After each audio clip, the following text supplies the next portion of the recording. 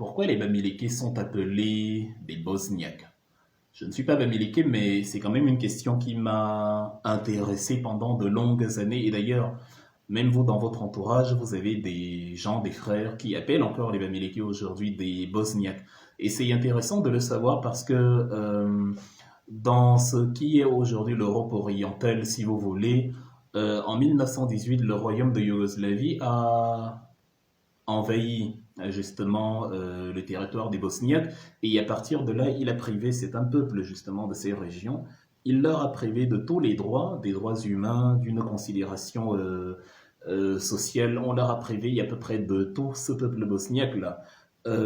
Et jusqu'à l'année 1974, ils n'avaient en fait droit à rien. Ils étaient le sujet de la haine de toutes les nations alentours parce que ces nations-là avaient cristallisé sur eux toute la rancœur qu'elles portaient contre l'Empire ottoman qui les avait occupés pendant plusieurs siècles.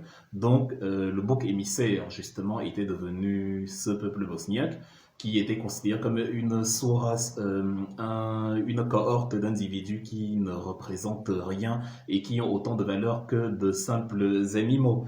Donc voilà, la chose s'est poursuivie jusqu'aux années 90-93, jusqu'à la fin de la guerre de Bosnie-Herzégovine, justement au début des années 90, avec la proclamation de la République de Bosnie-Herzégovine. Si vous aimez le football, vous connaissez peut-être l'ancien joueur de Manchester City, Edin Dzeko. Il joue actuellement à l'AS Rome. Il est justement bosniaque. Et voilà, ce peuple-là vient justement de cette longue histoire-là d'écrasement, d'infantilisation, de piétinement d'une catégorie de personnes qui avaient décrété qu'ils n'avaient pas de droit, ils étaient une race inférieure. Vous voyez donc où on est en train de venir.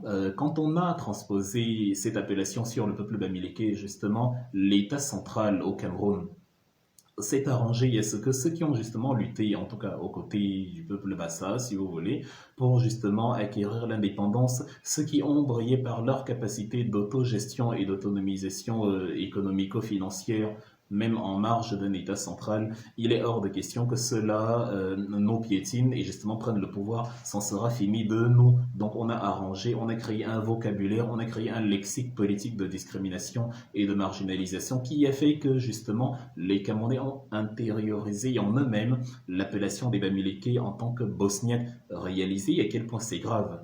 Quelque part en Europe, on décrète qu'on a une sous-race qui n'est pas à considérer, qui n'a pas de droit, qui ne représente nothing. Et on arrive au Cameroun et on voit un peuple, une ethnie, une tribu, on dit on va lui coller la même appellation. Je reconnais qu'au Cameroun, de toute façon, toutes les entités sont sujettes à discrimination. Vous avez, on va appeler les Ewondo les vendeurs de terrain, on va appeler les Eton les 5 minutes de folie, on va appeler les gens du nordiste des moutons, on va appeler les albinos d'Inguinguero, on va appeler les anglophones des Tok-Tok, mais les Bamilekis sont le peuple où on ne s'est pas arrangé à leur des qualifications liées à leur apparence physique ou à leur qualité intellectuelle ou bien non. On a englobé le tout en disant que eux-mêmes, dans leur essence, dans leur personne, c'est une race non humaine, c'est une catégorie de personnes en dessous des humains conventionnels. Et le lexique a été propagé jusque dans les années 2010-2020 avec ce que vous avez avant, pendant et après la campagne. On a pris au Nangini pour parler des zélotes tontinards, on a pris des humains, on a dit ce sont des porcs, des porcs. C'est-à-dire, quand on dit les sardinards, c'est en rapport avec le fait que, au lieu de les convaincre sur un bilan politique, on leur donne du poisson à manger, en l'occurrence des sardines. Ça ne se discute pas, ça ne se débat pas. On n'a pas pris un truc à partir de rien ex nihilo qu'on leur a collé. Mais pour les Bamileke, on dit, parce que justement ce sont des opérateurs économiques qui pratiquent de temps en temps l'élevage bovin, l'élevage porcin, on a dit, bon, ce sont des porcs, ils sont sales, ce sont des porcs, c'est une race inférieure, ce sont des Bosniaques. On a pris, donc, au Nangini, qui vous parle de zélotes, c'est-à-dire les rebelles, les brigands, les malfrats, les hors-la-loi, qui veulent justement détruire l'État. Bon, c'est quand même ces zélotes-là qui ont permis plus ou moins les luttes d'indépendance, même si lors du cinquantenaire, on célèbre Paul Biya. On a pris Isomba Bongono qui vous a dit que Dieu lui-même, il allait jusque-là. Dieu lui-même a massacré un peuple pour se constituer un autre. Et le peuple a massacré, ce sont les Bamileke.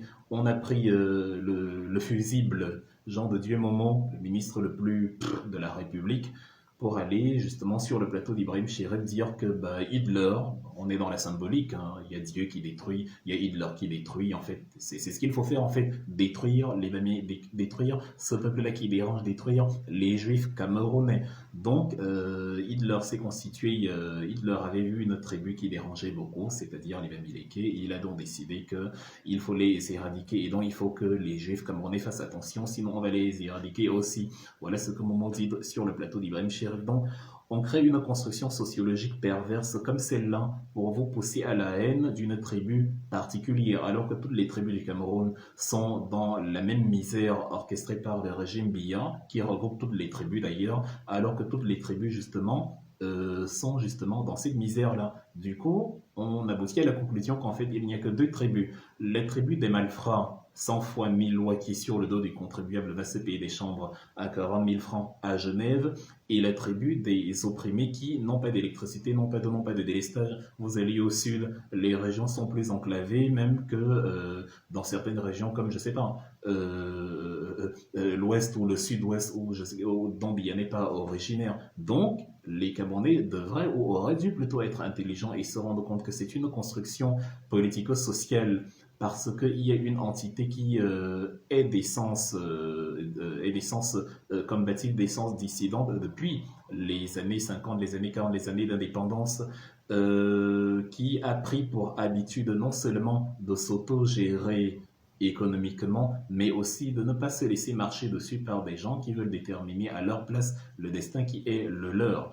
Mais comme l'éducation coloniale nous a montré que sans le pouvoir, sans l'administration, on ne peut rien, ceux qui ont l'administration et le pouvoir en majorité aujourd'hui, c'est-à-dire le centre-sud, s'imaginent avec effroi ce qui pourrait leur arriver s'ils venaient à perdre ce pouvoir, cette administration-là. Il faut donc user de tous les moyens pour discréditer ce qui représente la plus grande menace. Et justement, on va créer ces construits-là, on va créer ces perversions-là, on va créer ces choses-là qui vont séduire les naïfs qui ne sauront même pas de quoi ils parlent. On vous dira, bon, ces bosniaques-là, ces sous-hommes-là, ces sous-races-là, ce qui fait qu'aujourd'hui, quand vous avez quelqu'un comme Maurice Kamto, la critique principale que les opposants à Maurice Kamto ont envers lui, c'est la tribu.